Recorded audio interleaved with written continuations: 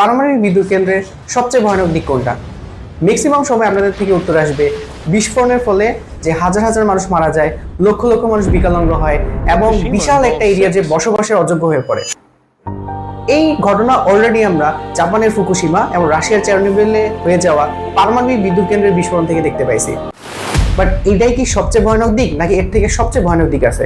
কারণ এই দুটো তো জাস্ট একটা দুর্ঘটনা তো সবসময় ঘটে না, বাট যেটা সবসময় ঘটে সেটাই হচ্ছে সবচেয়ে বেশি অ্যালার্মিং এর বিষয়। আজকে আমরা ওই কারণটা নিয়ে আলোচনা করব যেটা বিস্ফোরণ থেকে বেশি ভয়ানক। পৃথিবীতে বিদ্যুৎ শক্তি উৎপাদন করার যতগুলো উৎস পাওয়া যায় সবগুলো উৎসের থেকে ইফিসিয়েন্সি এবং পরিবেশের উপর প্রভাব চিন্তা করলে পারমাণবিক শক্তি one of the finest and one of the efficient energy source. আমরা যদি কয়লা এবং গ্যাসের কথা বলি, এটার মাধ্যমে যে বিদ্যুৎ শক্তি উৎপাদন করা হয় সেখানে প্রচুর পরিমাণ কার্বন ডাই অক্সাইড তৈরি হয়। আমরা যদি জলপ্রবাহকে কাজে লাগিয়ে বিদ্যুৎ উৎপাদন করি, ওই ক্ষেত্রে পরিবেশের ভারসাম্য নষ্ট হয়। এই ক্ষেত্রে সবচেয়ে ইফিশিয়েন্ট হচ্ছে বায়ু প্রবাহের মাধ্যমে বিদ্যুৎ শক্তি উৎপাদন করা। কিন্তু এখান থেকে অত বেশি বিদ্যুৎ শক্তি উৎপাদন করা যায় না। বায়ু শক্তি এবং সোলার সিস্টেম থেকে অনেক ভালো শক্তি উৎপাদন করা যায়, বাট ইফিসিয়েন্সির দিক থেকে nuclear Shakti one of the finest and one of the most demanding energy source. But where is the problem? Biggest problem হচ্ছে আপনার পারমাণবিক বজ্র। এই জিনিসটা আসলে কি? আমরা পারমাণবিক বিদ্যুৎ কেন্দ্রে যে ফুয়েল রড ইউজ করি, যার মধ্যে থাকে ইউরেনিয়াম, যে ইউরেনিয়াম নিউক্লিয়ার ফিশন বিক্রিয়ার মাধ্যমে আমাদের শক্তি প্রডিউস করে। এটা 1.5 থেকে 3 বছর পরে ব্যবহারের অযোগ্য হয়ে পড়ে, এখান থেকে এনাফ পরিমাণ এনার্জি তৈরি করা যায় না। তখন আমাদের এই ম্যাটেরিয়ালগুলোকে বা ফুয়েল রডগুলোকে আমাদের আলাদা জায়গায় সংরক্ষণ করার দরকার হয়। কারণ আমরা জানি এর মধ্যে যে ইউরেনিয়াম থাকে ওইখান থেকে আলফা, বিটা, গামা রশ্মি বের হয়, যেগুলা একজন মানুষকে ক্যান্সার সৃষ্টি করে মেরে ফেলার জন্য যথেষ্ট। এন্ড সবচেয়ে ভয়ানক দিক হচ্ছে এগুলো প্রায় লক্ষ লক্ষ বছর ধরে আজীবন এই রেডিয়েশন ছড়াইতে থাকে। সো এমন এক জায়গায় এগুলোকে সংরক্ষণ করার দরকার পড়ে যেখানে কোনো মানুষ, পশু পাখি এমন উদ্ভিদ থাকবে না। নর্মালি ফুয়েল রডগুলোকে ইউজ করার পরে পানির মধ্যে এগুলোকে সংরক্ষণ করা হয়, অ্যান্ড পানি এগুলার কুলিং সিস্টেম হিসাবে কাজ করে। আমরা যখন নিউক্লিয়ার রিয়েক্টর থেকে ফুয়েল রডগুলোকে বের করে নিয়ে আসি, এই ফুয়েল রড প্রচুর পরিমাণ হিট প্রডিউস করতে থাকে, অ্যান্ড এটা কন্টিনিউয়াসলি হিট প্রডিউস করতে থাকে। এই হিটকে অ্যাবজর্ব করার জন্য আমাদের প্রতিনিয়ত পানি, ওয়াটার সাপ্লাই দেওয়া লাগে। অ্যান্ড ওয়াটার একটা খুবই সিগনিফিকেন্ট একটা কাজ করে, সেটা হচ্ছে রেডিয়েশনের আবরণ হিসেবে কাজ করে, রেডিয়েশনের মাত্রাটা অনেকটা কমায় দিতে পারে।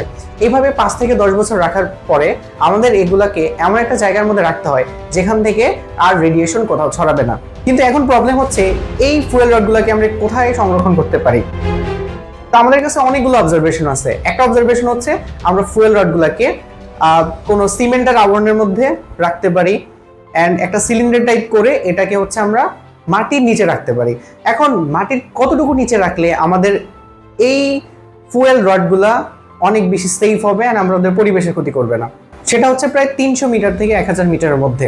এখন ব্যাপার হচ্ছে যে 300 থেকে 1000 মিটার গভীরতা তৈরি করতে হয়, এবং এখানে আমাদের ফুয়েল রডগুলোকে রাখতে হয়। এর জন্য হিউজ একটা কস্টিং এর ব্যাপার হয়, অ্যান্ড এই প্রসেসটা একটা লং টাইম প্রসেস। এটার জন্য প্রচুর পরিমাণে টাইমের দরকার হয়। পৃথিবীতে অলরেডি ফিনল্যান্ড এই কাজটা শুরু করছে। তারা মাটির গভীরে আমাদের এই ফুয়েল রডগুলোকে সিমেন্টেড করে স্টিলের আবরণ দিয়ে এগুলাকে প্রিজার্ভ করা শুরু করছে। বাট প্রবলেম এখানেই শেষ হয় নাই, প্রবলেম আরও আছে। সেটা হচ্ছে এই ফুয়েল রডগুলা হাজার হাজার লক্ষ লক্ষ বছর ধরে রেডিয়েশন ছড়াতে থাকবে। ধরেন আজ থেকে 1000-2000 বছর পরে এই সভ্যতা অ্যাডভান্স হয়ে গেছে, অথবা এই সভ্যতা আগের মতো প্রাচীন হয়ে গেছে কোনো একটা ডিজাস্টারের কারণে। দুইটা ক্ষেত্রেই ব্যাপারটা খুবই ভয়ানক, কারণ তারা যদি কখনো খনন করে এই সিলিন্ডারের মধ্যে আবরণ করা জিনিসগুলো দেখতে পায়, তারা বেশি কিউরিয়াস হয়ে যাবে। সো আমরা জানি যে হিউম্যান মাইন্ড অনেক বেশি কিউরিয়াস। তো তখন তারা এটা খুলতে যাবে, আর তখনই বিপত্তি ঘটবে। রেডিয়েশনের কারণে আশেপাশের মানুষ ইফেক্টেড হবে, মানুষ মারা যাবে। এই জন্য যেটা করা হয়েছে যে আমাদের সিলিন্ডারের উপরে কিছু সংকেত লেখা থাকবে, যার মাধ্যমে মানুষজন এর ভয়াবহতা সম্পর্কে আইডিয়া পাবে। এখানেই প্রবলেম শেষ হয় নাই। সো হিউম্যান নেচার অনেক বেশি কিউরিয়াস থাকে। সো ও হচ্ছে সংকেত দেখে যদি কোনোভাবে না বুঝতে পারে, তাহলে ও এটা ওপেন করবে, আর ওপেন করলেই সেখানেই ঘটনা শেষ।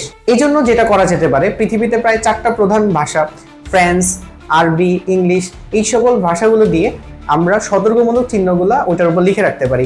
এর ফলে দেখা যাবে যে মানুষগুলো এগুলো পাবে, যে এক্সপেক্টেড করা যায় আজ থেকে 1000-2000 বছর পরে হয়তো এই পৃথিবীর ভাষাগুলো এক্সিস্ট করবে। অনেক ভাষা হয় বিলুপ্ত হয়ে যাবে, বাট এই ভাষাগুলো এক্সিস্ট করবে, অ্যান্ড এগুলো থেকে তারা আইডিয়া পাবে যে এই জিনিসটা আসলে কতটুকু ভয়ানক। অ্যান্ড ওভারঅল যে প্রজেক্টটা বললাম, এই প্রজেক্টে প্রচুর পরিমাণে কস্টিং হয়, অ্যান্ড সবচেয়ে বড় ঝামেলা এইটাই যে নিউক্লিয়ার বিদ্যুৎ শক্তি উৎপাদন করার পরে আমাদের যে পারমাণবিক বজ্র থাকে এগুলোকে প্রিজার্ভ করা অনেক বেশি কঠিন হয়ে পড়ে, কারণ এগুলো থেকে ক্রমাগত রেডিয়েশন হইতে থাকে। এই রেডিয়েশনটা হাজার হাজার লক্ষ লক্ষ বছর ধরে চলতে থাকবে, এন্ড এগুলোকে যথাযথভাবে প্রিজার্ভ করাই হচ্ছে মেইন লক্ষ্য।